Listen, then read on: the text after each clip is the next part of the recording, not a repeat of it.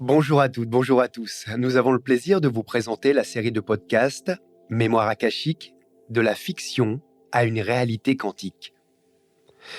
Dans cette série de podcasts, nous allons recevoir successivement David Perroux, Marie-Christine Delay et Daniel Meroy, des experts en la matière. Une matière plutôt subtile. Gigantesque bibliothèque éthérique, les mémoires akashiques sont celles de l'univers. Elles contiennent tout ce qui a été et même toutes les possibilités de ce qui sera. Le terme akasha vient du sanskrit et se traduit par substance primordiale, substance dans laquelle tout est inscrit. En hindi, le mot akash signifie le ciel en tant qu'espace lumineux. Pour les sages hindous, l'akasha est la source d'où se manifestent les dimensions de la terre, de l'eau, de l'air et du feu. Les Mayas parlaient d'Anima Mundi, l'âme du monde. C'est le référentiel de Thoth chez les Égyptiens et les archives akashiques chez les Tibétains. Les philosophes grecs en avaient connaissance. Dans la Bible, on parle du livre de vie et dans la tradition juive, c'est le livre du souvenir. Les Japonais, de leur côté, emploient akashi pour signifier tout ce qui est. Certains parlent des mémoires de l'âme, les mémoires akashiques détenant le cours de nos vies passées, présentes, voire futures. Pour en parler, nous allons accueillir David Perroux, qui nous a envoyé son dernier roman « Les âmes du temps perdu », fiction initiatique préfacée par Erwin Laszlo. Nous aurons le plaisir de recevoir Marie-Christine Delay, qui va nous partager ses expériences de connexion et des messages qu'elle a reçus, enseignements partagés dans son livre « Au cœur des archives akashiques ». Sera également avec nous Daniel Meroy, auteur émérite et chercheur spirituel qui a sillonné et étudié les mémoires akashiques pendant un temps astronomique. C'est Thierry Penin pour vous accompagner durant cette série de podcasts édités par Inexploré, magazine grand public pour les explorateurs de la conscience, de la spiritualité et des sciences. Témoignages, dossiers, interviews exclusives. Également disponible sur le site Inexploré Digital, toutes nos séries de podcasts pour ceux qui sont en quête de sens et de plus de conscience. Pour l'heure, destination les mémoires akashiques, un voyage hors du temps passionnant. Des traditions millénaires aux résultats scientifiques actuels, en passant par la fiction, les mémoires akashiques peuvent être vues comme une bibliothèque céleste dans laquelle les livres de vie de chacun d'entre nous sont précieusement consignés et possiblement consultables. David Perroux, qui a étudié la cosmologie, la physique quantique et les neurosciences, entre autres, nous présente son livre « Les âmes du temps perdu » aux éditions Jouvence, un roman initiatique sur les mémoires akashiques et l'énergie du point zéro.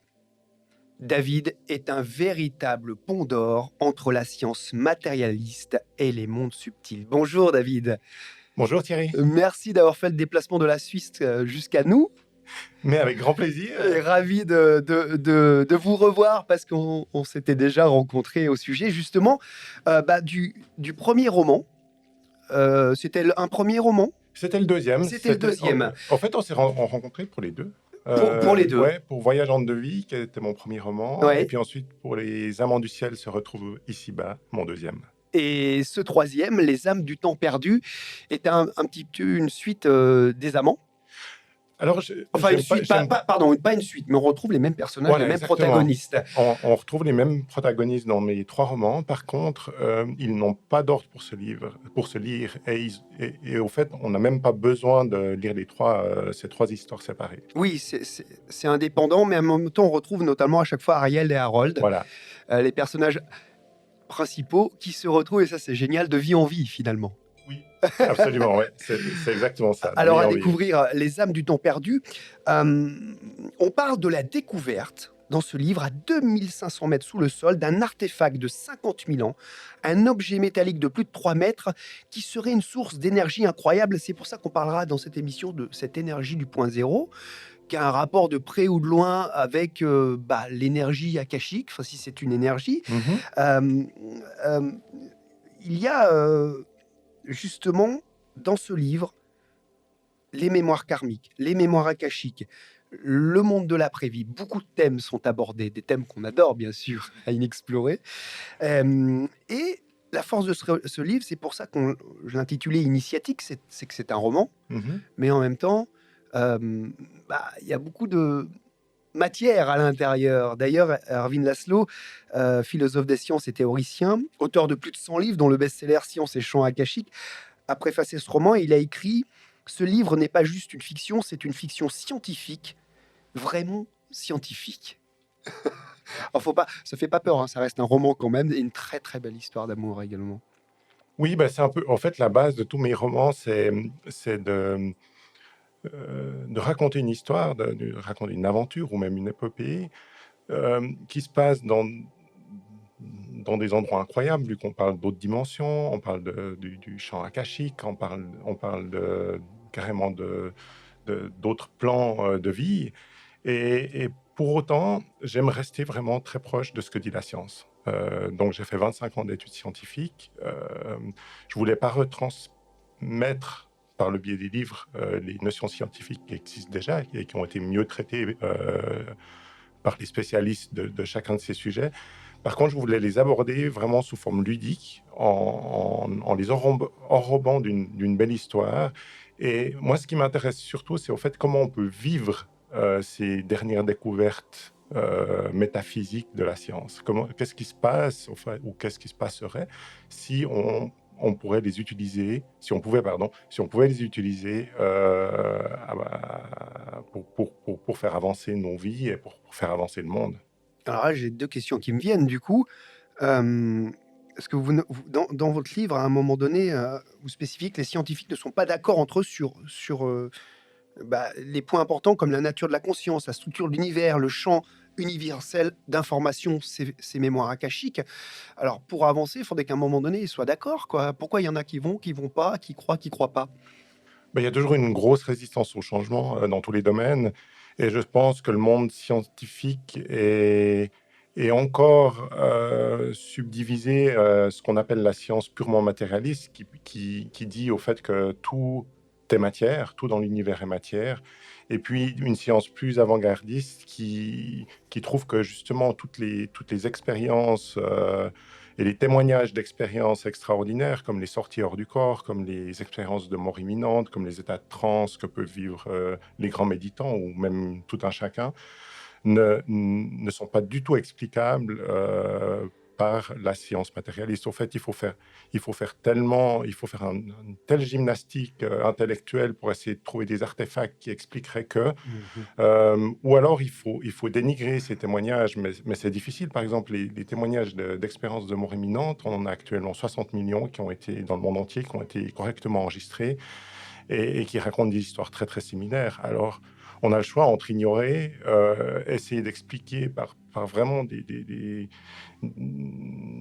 explications qui sont tirées par les cheveux, ou alors d'accepter que tout n'est pas que matière. Et c'est la science avant-gardiste. C'est ce que fait Erwin Laszlo, par exemple. Et moi j'ai eu toute ma formation dans les sciences matérialistes. Comme tout un chacun à l'école, on parle pratiquement que de la science matérialiste. Et, euh, et du coup, il m'a fallu faire pas mal de recherches pour aller au bout de certains sujets, comme justement que ce soit la cosmologie ou la physique quantique, pour réaliser au fait que la position matérialiste, en tout cas pour moi, elle tenait pas du tout. Ah oui, au bout de 25 ans, vous disiez 25 ans, enfin au bout d'un Ah certain non, j'ai été temps. plus rapide que ça quand même. Non, au bout de 2, 3 années, je me suis dit, mais voilà, on n'explique rien. Si on reste confiné à la matière, on n'explique rien.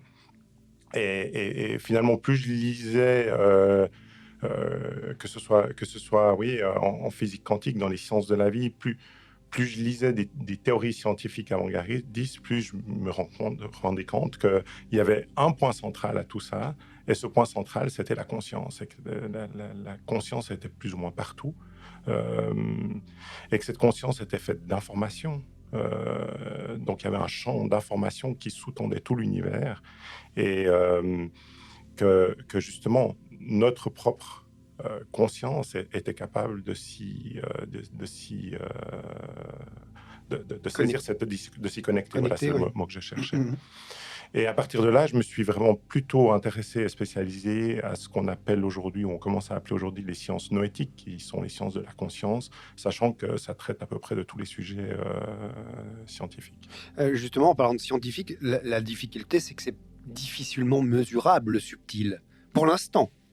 Alors, voilà, c'est de nouveau, il y a un changement de paradigme, et puis les outils de la science doivent évoluer dans le sens où ils sont faits pour mesurer principalement la matière. Donc, si on veut mesurer des choses qui sont beaucoup plus subtiles, non reproductibles, parce que par Oui, exemple, eh oui. une expérience de mort imminente, bien qu'il y en ait énormément, on ne peut pas les faire sur commande, on ne peut pas les faire dans un laboratoire. Donc, il faut adapter les protocoles à des expériences qui sont pas des expériences matérialistes. Oui, c'est ça, de nouveaux protocoles finalement, puisqu'on est dans quelque chose de non reproductible. C'est ce que les scientifiques matérialistes reprochent à tous ces sujets spirituels et subtils, c'est que voilà, mais on peut pas faire ça dans un laboratoire. Mais bon, c'est pas parce qu'on peut pas faire ça dans un laboratoire qu'il n'y a pas une existence. Exactement. Alors, dans ce livre, les âmes du temps perdu aux éditions Jouvence, effectivement, il y a une magnifique histoire. On voit un film, hein, quand on lit le livre, hein, on voit, comme les deux précédents,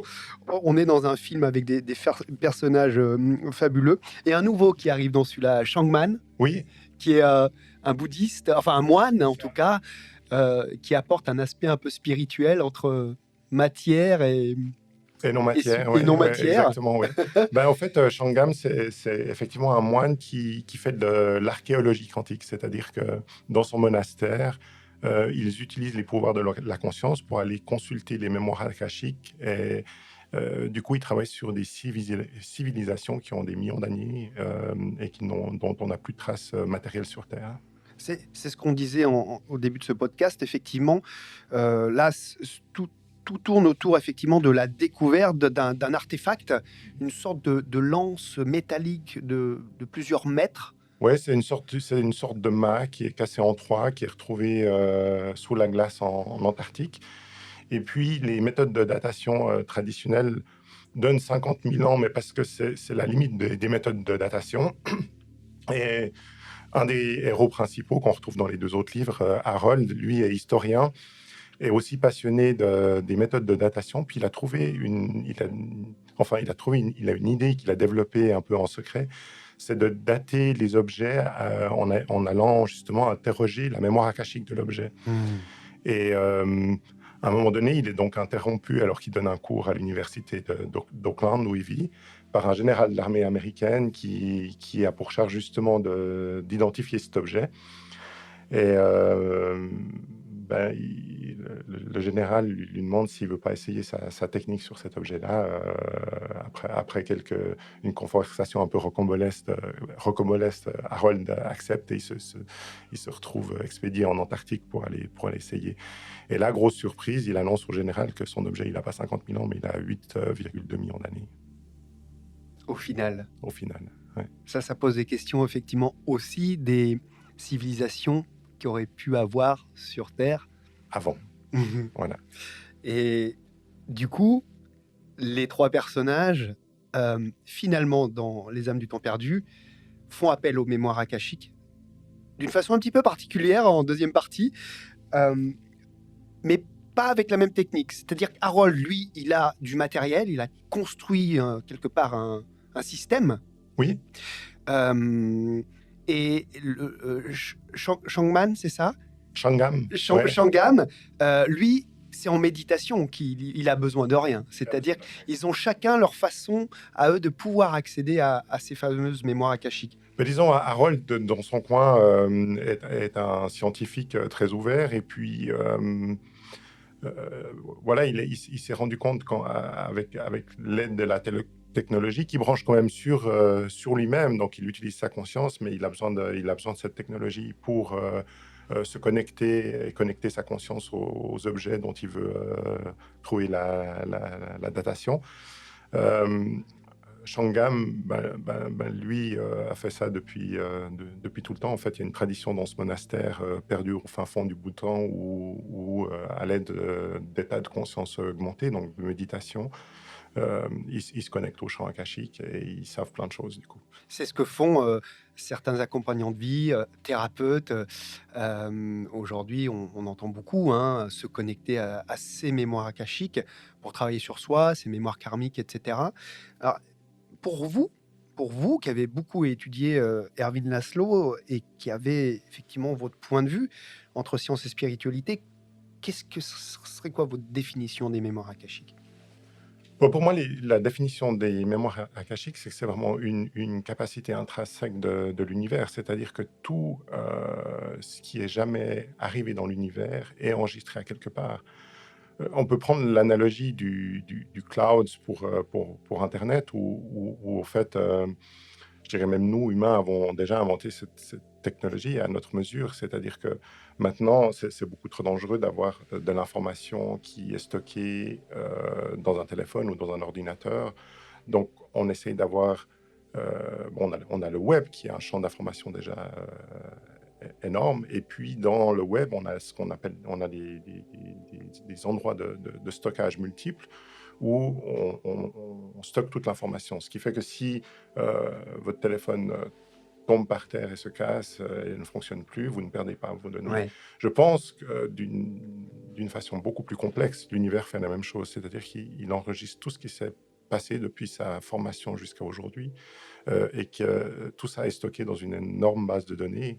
Donc, dans le livre, je la décris comme des milliards de bulles. Et Ah oui, quand on rentre dans une bulle, par exemple, on rentre dans la bulle de cette civilisation, et ensuite des sous-thèmes, sous-sous-thèmes, jusqu'à c'est ça. arriver à ses propres mémoires. Harold ou Harry, elles sont arrivées à leur propre mémoire dans cette civilisation d'il y a plus de 8 millions d'années. Donc, je pense... Voilà, c'est une base de données universelle qui, à mon avis, et c'est aussi ce que les travaux scientifiques, dont ceux d'Erwin Laszlo, semblent décrire, euh, c'est c'est- c'est présent dans toutes les dimensions de l'univers, parce que l'univers est multidimensionnel, il y a beaucoup plus que les 3 dimensions de matière et celle du temps que l'on connaît. Ça, la physique classique l'admet, hein, on regarde des choses comme la théorie des cordes, ils ont besoin de... À un moment donné, ils avaient besoin de plus de 30 dimensions. Je crois que maintenant, ils sont revenus à 12, mais pour expliquer certains phénomènes scientifiques, on a besoin d'autres dimensions. Quand on écoute les témoignages d'expérienceurs de mort imminente, de sortir du corps, ou tous les gens qui pratiquent des activités dans la spiritualité, on se rend compte au fait qu'on voyage dans d'autres dimensions. Et je pense que ce champ d'information universelle est aussi multidimensionnel. Donc, quelle que soit la dimension de l'univers dont on se trouve, on a accès à ce champ d'information. C'est-à-dire que là, effectivement, ce serait un champ d'information parce qu'on parle de notre univers, mais s'il y a plusieurs univers en simultané, il y a forcément plusieurs champs d'information où en fait c'est comme cette histoire de bulle où c'est une grande bulle, puis dedans il y en a plusieurs, comme un multivers où dedans il y aurait plusieurs univers finalement. Alors, univers ou multivers, pour moi, les deux sont possibles. J'ai pas de réponse toute faite à ça. Et quoi qu'il en soit, s'il y avait un multivers, il est très probable que le champ d'information s'étende ou communique avec d'autres univers. Oui. Alors, dans Les âmes du temps perdu, il y a le roman, il y a l'histoire, et c'est effectivement un roman initiatique dans le sens où, déjà, certains personnages vont nous amener des enseignements, mais il y a parfois l'auteur qui va voilà, apposer son savoir. Et il y a, par exemple, il y a des petits passages, des petits moments où, voilà, qui vont être un petit peu explicatifs. On va sortir un petit peu de l'histoire très rapidement, succinctement, pour amener quelque chose. Effectivement, vous écrivez par rapport à ces archives akashiques qui vont être largement être exploitées par les personnages. C'est de l'énergie informée. C'est la substance ultime de toute chose dans notre univers, un champ de mémoire continu, omniprésent, universel et interconnecté. L'univers est un champ d'information géant, un cloud akashique cosmique. Mais dans le cloud qu'on connaît matériellement, on sent bien que quand même c'est inscrit sur des puces électroniques, dans des serveurs. Mais alors, si l'information est sur quel support dans ces mémoires akashiques, c'est difficile à percevoir ou à expliquer? Mais en fait, la nature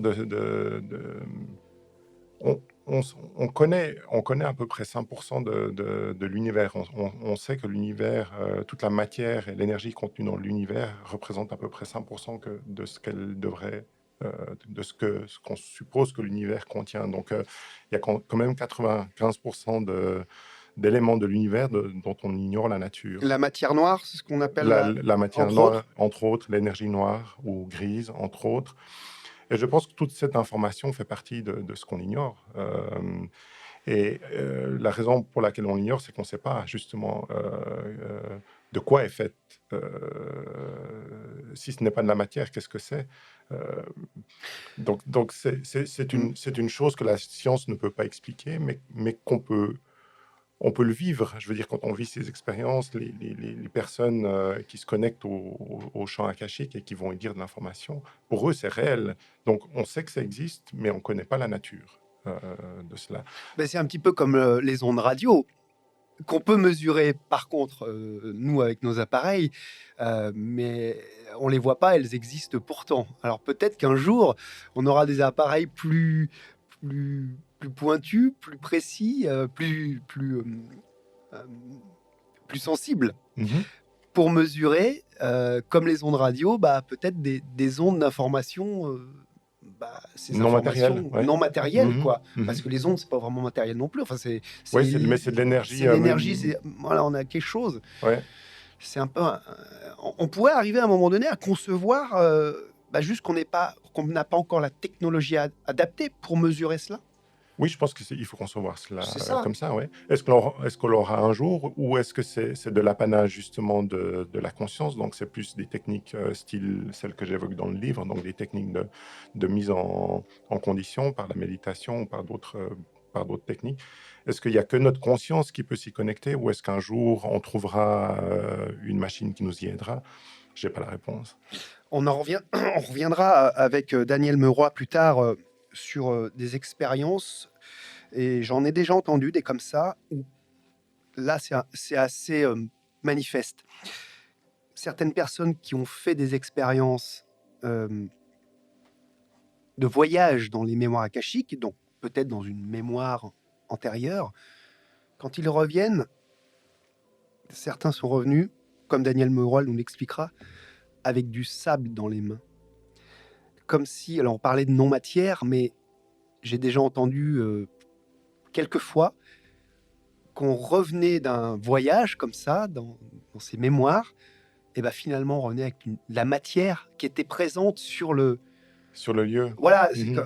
et quand, voilà, là on est dans un studio, il n'y a pas de sable, ça serait, bon, si on faisait l'expérience, et ben on pourrait revenir peut-être avec quelque chose, peut-être de l'eau, si on était en train de se baigner dans du sable. Enfin, il y a quelque chose qui est incroyable, c'est de revenir avec de la matière qui n'était pas là, qui n'est pas là.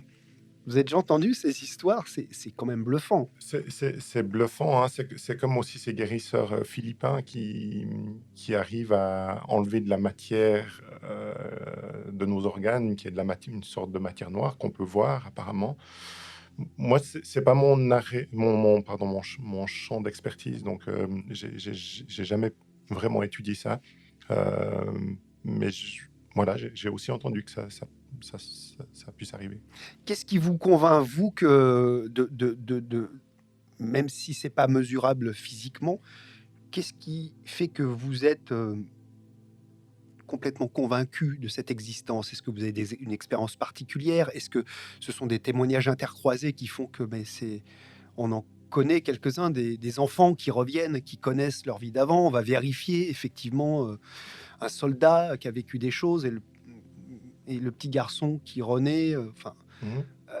se souvient quelque part de ses vies d'avant. Vous, qu'est-ce qui fait que vous êtes convaincu euh, de l'existence des mémoires akashiques? Moi, ce qui me convainc, c'est vraiment les témoignages.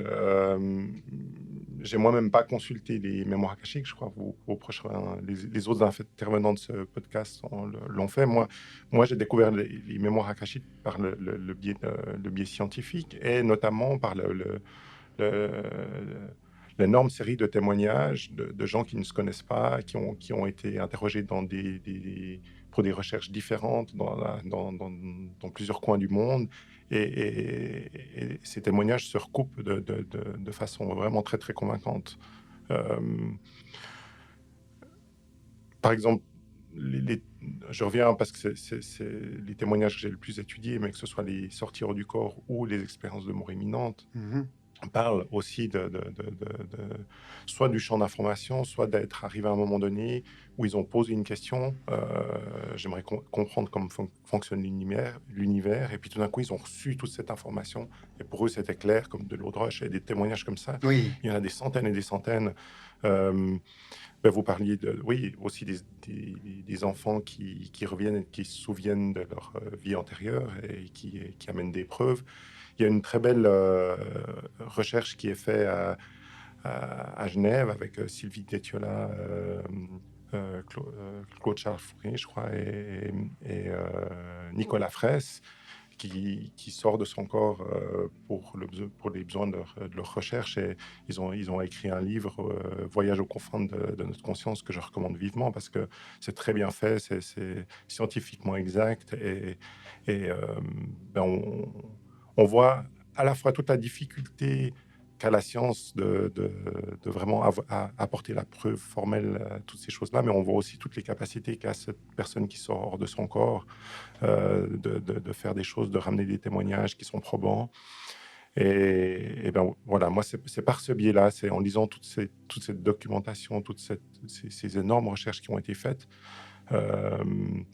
et par le biais de 2-3 expériences personnelles d'état de conscience modifié, où je ne suis pas allé à proprement parler lire les mémoires akashiques, mais où j'ai bien vu que ma conscience n'était pas confinée à mon corps physique, que j'ai acquis la conviction que ça existait. Alors là, on parle effectivement des sorties de corps des EMI. D'ailleurs, il y a le podcast sur les EMI que vous pouvez écouter ou réécouter.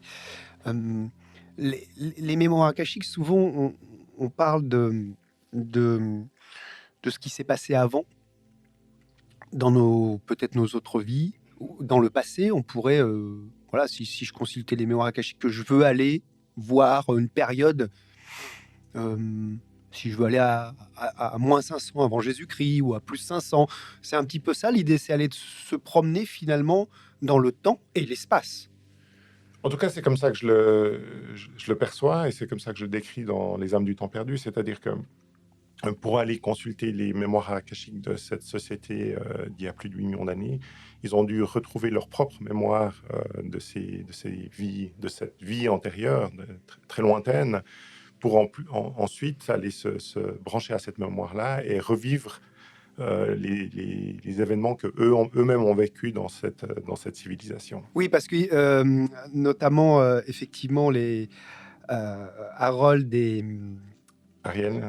Ariel se retrouvent dans cette vie. C'était pas la première fois qu'ils étaient ensemble, à voir sur les autres romans, mais dans Les âmes du temps perdu, finalement, ils se rencontrent aussi qu'ils étaient ensemble, mais justement, dans cette civilisation, il y a 8 millions d'années. Oui, exactement.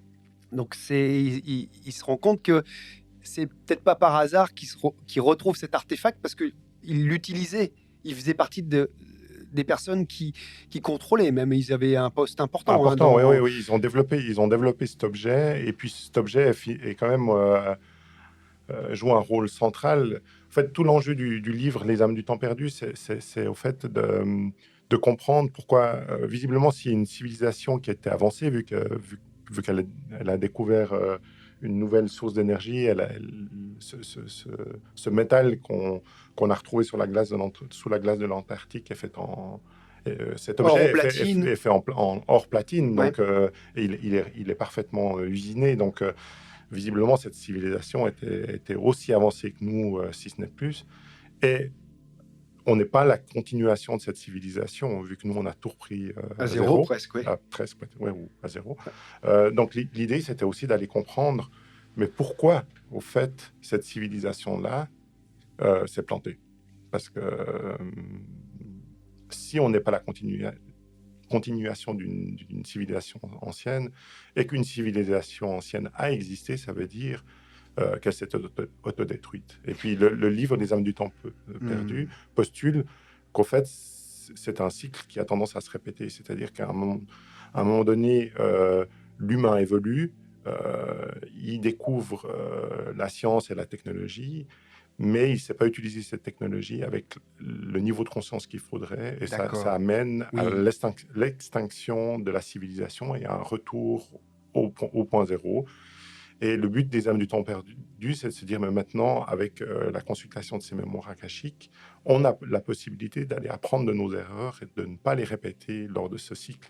C'est un petit peu, voilà, un roman qui peut sauver le monde et l'humanité. C'est un petit peu, voilà, merci pour ce témoignage. Voilà, il y a quelque part un message que vous voulez faire passer. Mais est-ce que ça veut dire qu'il faudrait qu'on le fasse nous maintenant là? Parce qu'on voit bien qu'on a fait, on a fait une première guerre mondiale, une deuxième, il y a une troisième, bon, qui mijote.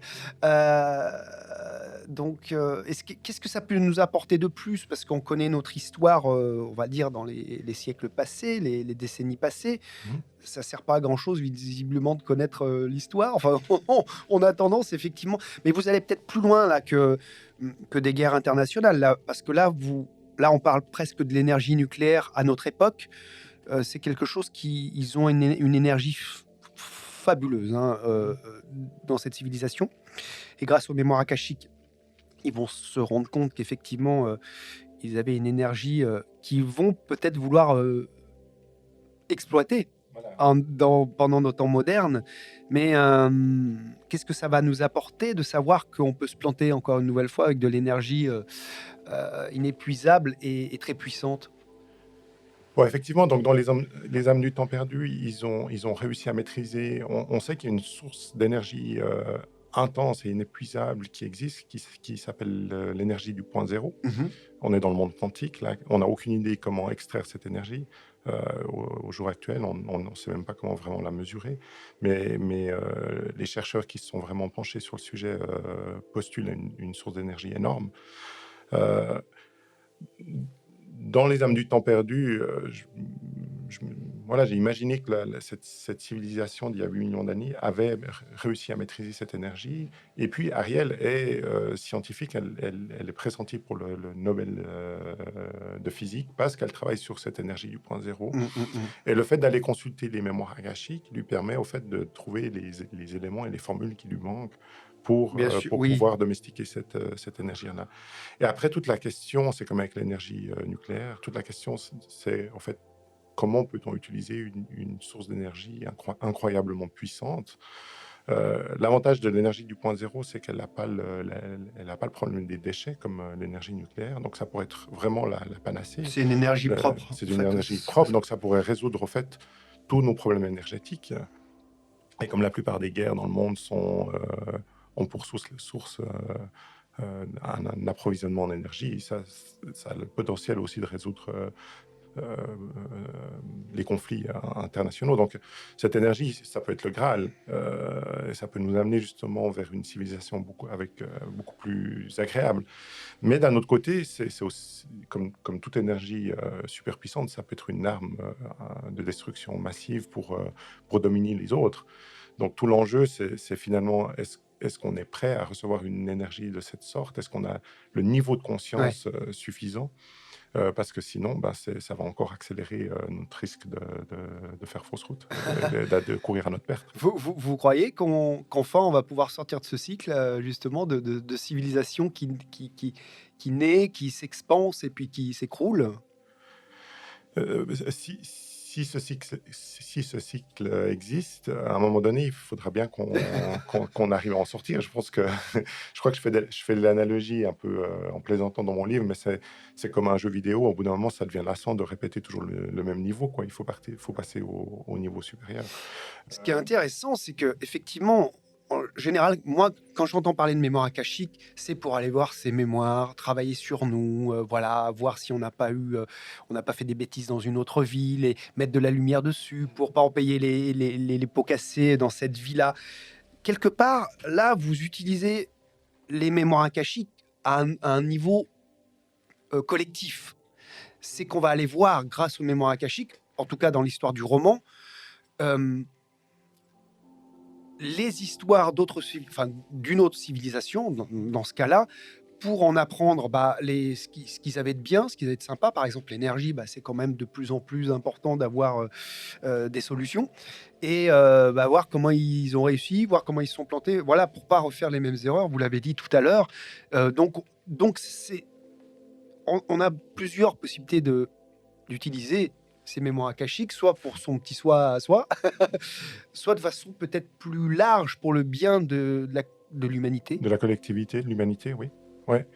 Moi, c'est ce que je pense. Et effectivement, je pense que vraiment les mémoires akashiques, d'après comme je les conçois et l'idée que je m'en fais de tous les ouvrages scientifiques que j'ai lus, contiennent tout. Donc, à mon avis, elles contiennent aussi la réponse à cette question-là, qui est la question cruciale maintenant, c'est comment on peut dépasser le stade de l'avancée technologique sans arriver à une extinction de notre espèce. Et je pense que la réponse existe, soit comme je le traite dans le roman, en apprenant des erreurs des civilisations passées, Ouais. ou alors parce que ailleurs dans l'univers, une autre planète a probablement réussi à faire ce pas. Donc je pense que effectivement, la solution au problème actuel de l'énergie, de la pollution, du matérialisme, de la consommation à outrance, etc., existe. Et que si on veut bien s'ouvrir et recevoir ce genre d'informations, donc ouvrir nos consciences, on arrivera à passer ce fameux cap Mhm. fatidique. Oui, c'est comme si on avait jusqu'à maintenant fait des essais-erreurs en tant qu'humain sur la planète, sur pas mal de sujets.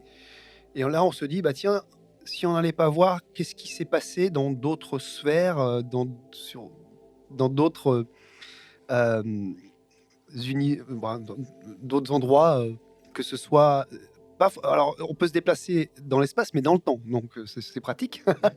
Et on peut aller voir non seulement dans le passé sur Terre ou le lointain passé sur Terre, mais on peut peut-être aller voir d'autres choses, qu'est-ce qui se passe, d'autres civilisations, comment elles s'en sont sorties, c'est ce que vous disiez, pour dire, tiens, pourquoi pas utiliser ce que les autres ont réussi à faire. Alors, Erwin Laszlo écrit dans la préface de votre livre: le champ akashique n'est plus uniquement connu de manière intuitive, mais aussi de manière rationnelle. Donc, quelque part, on voit que notre discussion-là, il y a quand même des scientifiques qui arrivent à poser quelque chose de concret là-dessus. Oui, absolument. Qu'est-ce qui vous a transmis Erwin Laszlo? Vous avez beaucoup travaillé avec lui, vous avez beaucoup communiqué, vous l'avez beaucoup étudié. Qu'est-ce qui vous a transmis? Qu'est-ce qui aujourd'hui vous pouvez nous dire sur ces travaux de façon synthétique? Je dirais, alors Erwin Laszlo, pour moi, c'est la personne qui a le mieux compris le champ akashique. J'ai beaucoup lu ses livres, notamment Science et champ akashique, que je recommande à toute personne qui veut en connaître un peu plus à ce sujet. C'est un livre où finalement il explique avec la théorie des fluides, la théorie du carreau, les avancées scientifiques. Je ne veux pas aller dans les détails parce que c'est complexe, donc Bien il faut sûr. vraiment se plonger dans le livre pour comprendre. Oui, mais voilà, parce qu'il va quand même. Là, il parle plus d'intuition, il Non, parle non, de faits mesurables, quantifiables. oui, il explique avec aussi les théories holographiques, donc de l'univers holographique, qui est aussi quelque chose de très complexe. Euh, mais il l'explique, et je trouve que Erwin a cette capacité d'expliquer des choses complexes. Hein. C'est un des plus grands spécialistes de la théorie du carreau. Dieu sait si c'est complexe, mais ses livres sont compréhensibles. Il utilise beaucoup d'exemples, d'analogies, et, et c'est vrai qu'il m'a énormément apporté. Parce que moi, tout ce que j'écris dans mes romans, j'ai besoin d'avoir une Validation. validation scientifique. Et du coup, le champ akashique est présent dans mes 3 romans, hein, pas seulement dans le troisième. Dans le troisième, je le traite de manière beaucoup plus approfondie. Mais dans le tout premier, déjà, Voyageant de vie, c'est une des premières choses qu'il voit quand il est... Quand Voyageant de vie, donc Harold, c'est pas un spoiler que je vous dis, parce qu'il meurt au 2e chapitre. Et toute l'histoire se passe, au fait, après la sortie de son corps physique, parce que son corps physique est mort. Et une des premières choses qu'il voit après l'être de lumière, le tunnel, etc., c'est le champ akashique. Et à un moment donné, il se retrouve aussi dans une planète qui, comme ça a peut-être été le cas sur Terre une fois que, lorsqu'une une civilisation a été stoppée, une planète où il y a beaucoup de marasme, où il y a beaucoup d'émotions négatives, etc. Et ce à quoi il se raccroche aussi, c'est le champ akashique. Donc le champ akashique est présent dans mes 3 romans, et je dois dire, c'est grâce aux travaux d'Erwin Laszlo qui, lui, m'a convaincu par ses raisonnements scientifiques, par ses applications des théories des fluides, des théories du chaos, la théorie sur l'univers holographique, qui m'a vraiment convaincu que ce champ avait de grandes probabilités d'exister. C'est un monde incroyable. Merci beaucoup. Alors, on va découvrir plus tard justement deux expérienceurs en mémoire akashique qui ont, eux, eu l'occasion de visiter et les visiter encore. Daniel Meroy, d'ailleurs, lui, nous explique comment il perçoit, hein, cette trame, comment c'est ce réseau, que c'est un réseau avec des formes géométriques complexes, mais des formes géométriques. Oui. Il va nous expliquer tout ça. Mais Marie-Christine, comment... c'est très bien écrit dans ses livres. C'est parmi les grands témoignages Bien sûr. des expérienceurs de ces champs Et akashiques. pour lui, voilà, lui, il l'a quelque part, il l'a vécu, quoi. Il l'a vécu, mais Ouais, c'est il du le dit, concret. hein, d'ailleurs, c'est même plus vrai que vrai, quoi. C'est au fait tout ce que les expérienceurs, donc les gens qui ont vécu ces expériences que nous, on dit paranormales, mais qui sont finalement normales, mais c'est juste dans d'autres niveaux de conscience. C'est un des points communs, ils disent tous, mais c'est plus vrai que la réalité que nous, on vit quotidiennement dans la matière. D'ailleurs, David, on dit qu'on est, souvent on entend parler dans les sphères de la spiritualité, qu'on est dans une pièce de théâtre, que notre vie est un jeu, que tout ça. Alors, et là, on est en train de dire, de confirmer peut-être ça, que finalement, quand on n'est plus dans ce corps, parce qu'on voyage dans les mémoires akashiques, ou parce qu'on fait une EMI, ou qu'on passe dans l'au-delà, eh bien qu'on va arriver dans la vraie réalité. Alors, elle est où la réalité? Je pense qu'elle est partout, la réalité. Mais on parle de niveau de conscience surtout. Et finalement, par exemple, niveau de conscience quand on rêve, il est plus faible que le niveau de conscience de la réalité éveillée la plupart du temps. Mais par contre, le niveau de conscience quand on est en sortie hors du corps ou en expérience de mort imminente, en train de consulter les mémoires akashiques ou autres, d'après les témoignages, moi je ne l'ai pas vécu, d'après les témoignages, le niveau de conscience est plus fort. C'est-à-dire qu'on est encore plus conscient de ce qui se passe. D'accord. Le rêve serait en dessous de notre conscience de maintenant, enfin une conscience au niveau lambda, voilà. On voit du bien, quotidien. Quand on rêve, on a un niveau de conscience quand même moyen, on n'arrive pas à diriger le rêve, Ouais, on ne se souvient pas forcément de... des fois, il y a des rêves, je me réveille, je fais oh là là, heureusement que c'était un rêve, parce que sinon... Mais parce qu'on le vit fort quand même, des fois, les rêves. Ah oui, bien sûr. Ouais. Alors, on peut imaginer, avec ce que vous êtes en train de nous dire, que si c'est encore plus fort quand on voyage en mémoire akashique, en mode mémoire akashique, si c'est plus fort que certains rêves qui ont l'air des fois plus que réels, ça doit être assez puissant, la sensation. On en parlera avec Marie-Christine Delay et Daniel Meroy tout à l'heure de ces expériences justement qu'ils ont vécues. Les mémoires akashiques sont utilisées, pour terminer, David, dans Les Hommes du Temps Perdu d'une façon un petit peu particulière, qui sont dans le présent. À un moment donné, bon, l'histoire se déroule, ça se complique, et ils ont l'idée finalement d'utiliser les mémoires akashiques, mais du passé proche. Ouais. Il y a le futur proche, mais il y a le passé proche. Voilà, ouais. Ils se disent, mais puisque tout est inscrit, si je vois... tout à l'heure, on a eu un petit problème. Vous étiez allé à Paris alors qu'on est à Montrouge. Voilà, oui. Bon, parce que les avenues s'appellent partout Jean Jaurès. Jean Jaurès. Donc, voilà. Et on aurait pu utiliser les mémoires akashiques pour se dire, regardez David, connectez-vous aux mémoires akashiques pour voir où je suis moi, Ouais. par exemple, parce qu'on peut aller voir aussi non seulement ses mémoires à soi, mais celles des autres, si on y est autorisé, je suppose, Alors, par quelque chose. Alors, ce que je soupçonne, il faudra peut-être le vérifier avec ceux qui ont vraiment expérimenté ça, mais ce que je soupçonne, c'est qu'effectivement, on peut consulter ses mémoires à soi, et c'est ce que je traite dans le livre. Et on peut aussi consulter les mémoires des autres, mais on ne peut pas faire de l'inquisition. C'est-à-dire qu'on on peut pas aller espionner les autres. Donc, il faut que l'autre personne soit... Une autorisation. Une autorisation. C'est ce qui se passe avec les thérapeutes ou les accompagnements Oui. de vie qui, voilà, ok, je veux bien aller voir vos mémoires akashiques. Mais c'est à votre demande. C'est Ouais. à votre demande. Ouais. Je ne vais pas y aller. Alors, Daniel Muroy, mais il le détaillera, explique qu'il y a quand même aussi si je retrouve ce que j'avais noté, des sortes voilà, des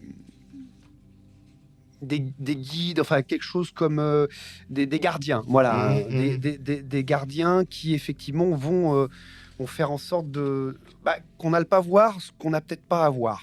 Exactement. Ou Voilà. ce dont on n'est pas prêt à voir. Après, je pense qu'il y a aussi un côté éthique et finalement, quand on est en état de conscience augmenté, je pense que c'est beaucoup plus difficile parce qu'on n'est pas du tout dans cet état d'esprit d'aller faire quelque chose qui n'est pas éthique ou qui n'est pas moral, dont aller justement espionner la vie de quelqu'un d'autre. Oui, oui, d'accord. On est dans un niveau de conscience qui fait que ça va être clean. Voilà. D'accord. Alors, est-ce qu'on peut forcer ça? Je ne sais pas. Mais j'ai l'impression que c'est pas du tout... Je pense que c'est bien fait dans le sens où on accède à ce niveau de conscience que si nous-mêmes, on a quand même fait le travail qu'il faut pour être dans des énergies élevées, dans ces énergies d'empathie, de respect, de reconnaissance, etc. Oui. Et que je pense que quand on est dans ces énergies-là, c'est très difficile d'aller nuire à quelqu'un. Ça ne nous viendrait pas à l'esprit. Et finalement, espionner la vie privée de quelqu'un, que ce soit la vie du passé proche ou du passé lointain, je pense qu'il y a un problème éthique si on n'a pas l'autorisation de cette personne. Peut-être pour ça aussi qu'il y a certaines personnes qui ont accès et d'autres non. Peut-être aussi, oui. Parce que tout le monde n'a pas forcément... Comme je disais avant, j'imagine, mais de nouveau là, c'est des spéculations, mais j'imagine qu'il faut quand même arriver à un certain niveau de conscience pour pouvoir utiliser ces outils. Merci beaucoup, David Perrou, d'avoir été avec nous. C'était un vrai plaisir de vous recevoir. Merci à vous, Thierry. C'était vraiment... j'adore. Voilà, touchant, poignant, à la mesure du meilleur dans son genre, de la science déguisée en une histoire capable de changer le monde. Ça, c'est ce que dit Erwin Laszlo de votre livre « Les âmes du temps perdu » de David Perrou, à découvrir aux éditions Jouvence. Merci beaucoup.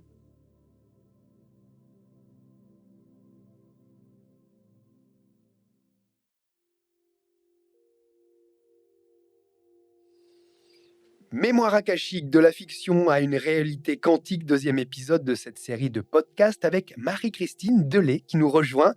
Conférencière, praticienne, d'abord formée au coaching en 2011, elle découvre les mémoires akashiques aux États-Unis. Depuis, elle n'a cessé de naviguer sur cette voie, la voie de ce qu'elle appelle l'Internet cosmique.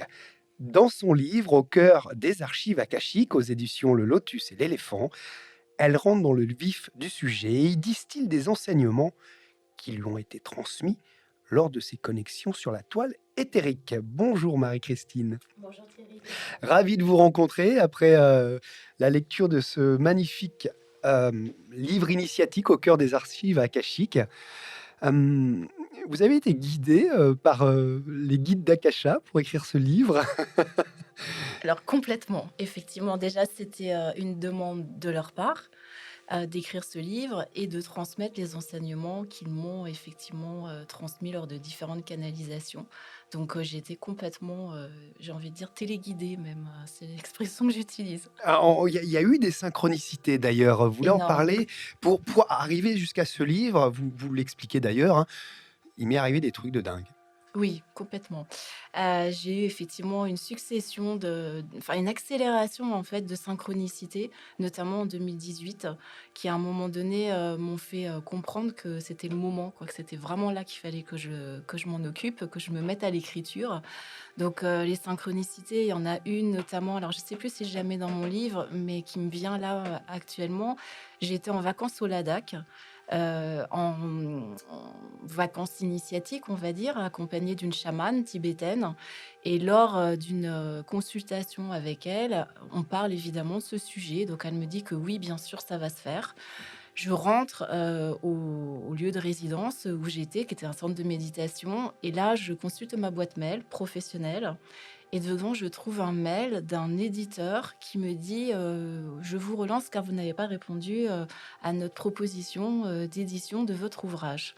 Et là, je me dis: «Mais c'est pas possible, enfin, ils me connaissent pas, je les connais pas, enfin, d'où ça vient cette histoire?» Et vous l'avez déjà écrit alors, si vous Alors, je envoyé? je ne l'avais pas écrit du Hein? tout à l'époque. Donc c'était le truc complètement, hallucinant, dingue. Enfin voilà, donc là, c'est comme si quelque chose me disait: «Bon, visiblement, il faut que je l'écrive». Donc j'ai compris après que ce mail, c'était finalement un spam et c'était simplement un éditeur, qui, cherchait, Des des nouveaux auteurs? auteurs. Mais sauf que comme ça s'est passé, là, j'ai pris connaissance de ce mail juste après avoir eu la séance avec la chamane tibétaine. Je me suis dit: «Bon, il y a pas de» enfin voilà, c'est que visiblement là, on essaye de me dire quelque chose, donc il faut que je l'entende. Donc il y a eu ça, il y a eu, et puis bon après, bah, l'univers m'a envoyé l'éditrice quoi, donc ça c'était quand même le truc le plus dingue. C'est que j'ai reçu en consultation une femme, fin novembre 2018 qui, s'avérait, travailler dans l'édition, et donc je lui ai demandé à la fin: «Mais vous travaillez dans quel domaine?» Parce que l'édition c'est vague. Elle m'a dit: «Spiritualité et ésotérisme». Ah ouais. Et là, je me suis dit: «Ah d'accord, là maintenant on t'envoie carrément l'éditrice, donc il va peut-être falloir, passer, un cran plus loin, quoi». On verra que les mémoires akashiques, en général, on parle des vies passées, de ce qui s'est passé sur la planète il y a, des décennies ou des siècles. Merci de nous écouter. Nous espérons que cet extrait vous a plu et vous inspirera. Découvrez la suite de ce dossier audio dans les épisodes suivants, disponibles en intégralité pour nos abonnés sur Inexploré Digital. Et surtout, n'hésitez pas à partager autour de vous nos contenus. À bientôt.